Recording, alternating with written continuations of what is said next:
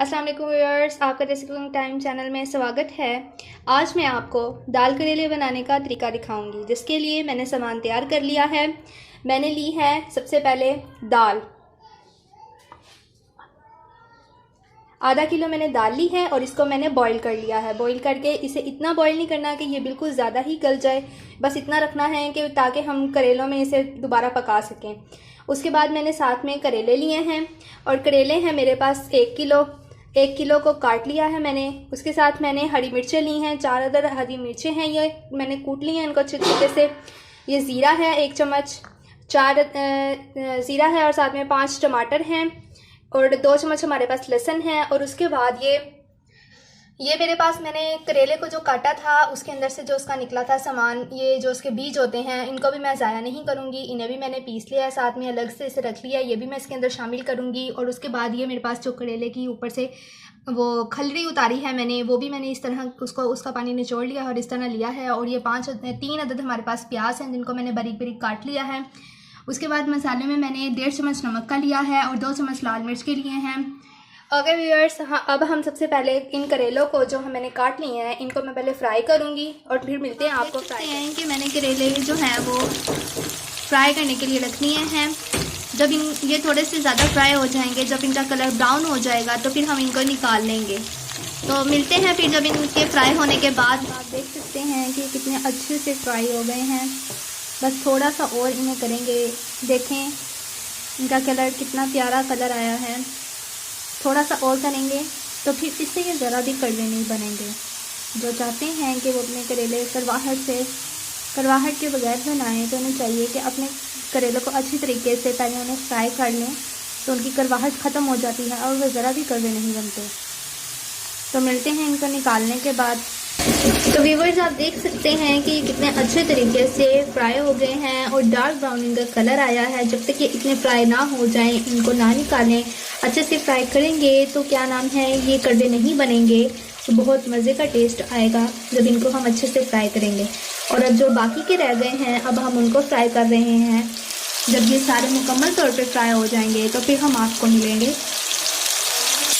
अब ये जो हमने वो छिलका उतारा था सारा वो करेलों के ऊपर से, हम उसको भी फ्राई कर लेंगे अच्छे से, ताकि इसमें भी करवाहट आ रहे और हमारे करेले कड़वे ना बने। आप देख सकते हैं कि मैंने ऑयल को कम कर लिया था और इसमें ऑयल कम डाला है ताकि ज़्यादा ऑयली ना हो जाए। थोड़े से ऑयल में इनको थोड़ा सा फ्राई करेंगे। इनकी भी जब इनका कलर भी जब ब्राउन हो जाए तो इनको निकाल लेंगे।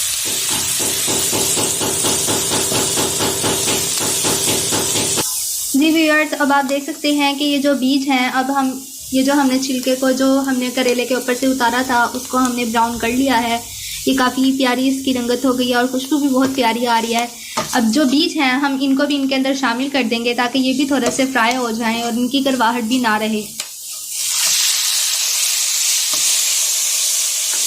अच्छे से इन्हें मिक्स करेंगे और फ्राई करेंगे ताकि इसकी भी कलर वैसे ही हो जाए जैसे जो छिलकों का हुआ है और ये एक जैसे ही हो जाए।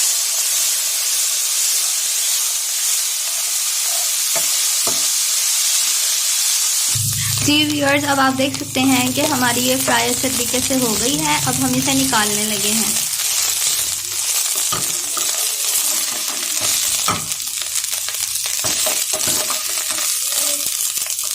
तो मिलते हैं इनको निकालने के बाद और उसके बाद हम शुरू करेंगे हमारा असल काम।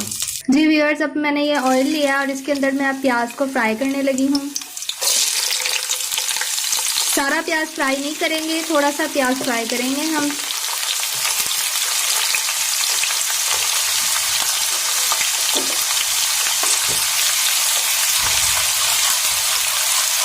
जब ये लाइट सा ब्राउन हो जाए तो इसके अंदर हम लहसुन को भी ऐड कर देंगे ताकि लहसुन भी साथ ही फ्राई हो जाए।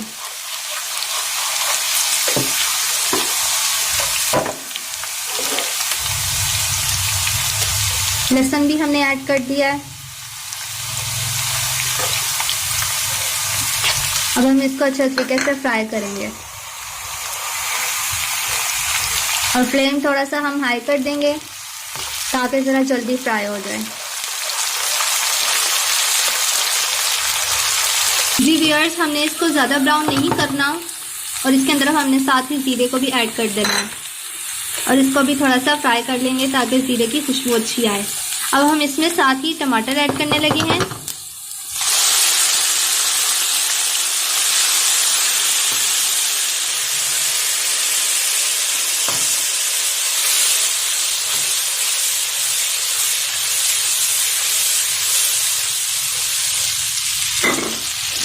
अब हम इसमें हरी मिर्ची जो हमने पीस ली थी उनको ऐड किया है।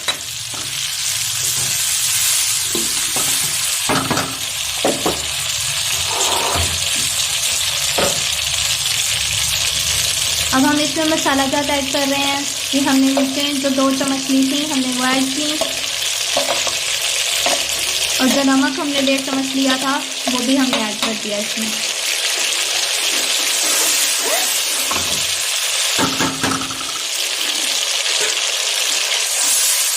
अब हम इसको अच्छे तरीके से मिक्स कर देंगे और थोड़ी देर इसको हाई फ्लेम पे बनाएंगे ताकि जो टमाटर का पानी है वो थोड़ा खुश्क हो जाए और मसाला अच्छी सी रंगत दे।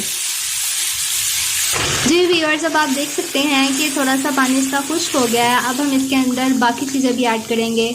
सबसे पहले हम इसके अंदर दाल ऐड करेंगे जो हमने पहले से बॉईल करके रखी है।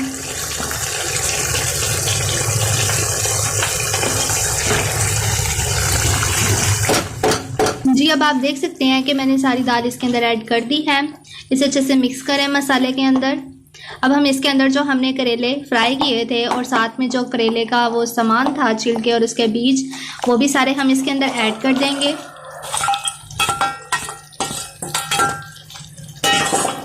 अब हम इसके अंदर जो प्याज थी हमने सारी नहीं डाली थी, अब हम जो बाकी की प्याज है वो भी इसके अंदर ऐड कर देंगे। अब हम इसको अच्छे से मिक्स कर लेंगे।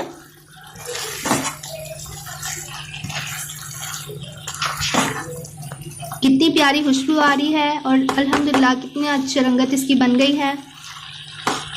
जी व्यूअर्स, अब आप देख सकते हैं कि सारा कुछ अच्छे तरीके से मिक्स हो गया है। अब हम इसको 10 मिनट के लिए दम पर रख देंगे। मिलते हैं 10 मिनट बाद। जी व्यूअर्स, अब आप देख सकते हैं कि फाइनली हमारे दाल करेले कितने लजीज तैयार हो गए हैं। जी व्यूअर्स, तो फाइनली दाल करेले हमारे तैयार हैं और आप देख सकते हैं इनकी फ़ाइनल लुक भी देख सकते हैं। बहुत ही मज़े के बने हैं। आप हमारी वीडियो को लाइक और शेयर ज़रूर कीजिएगा और आप भी इस रेसिपी को ज़रूर ट्राई कीजिएगा। अल्लाह हाफिज़।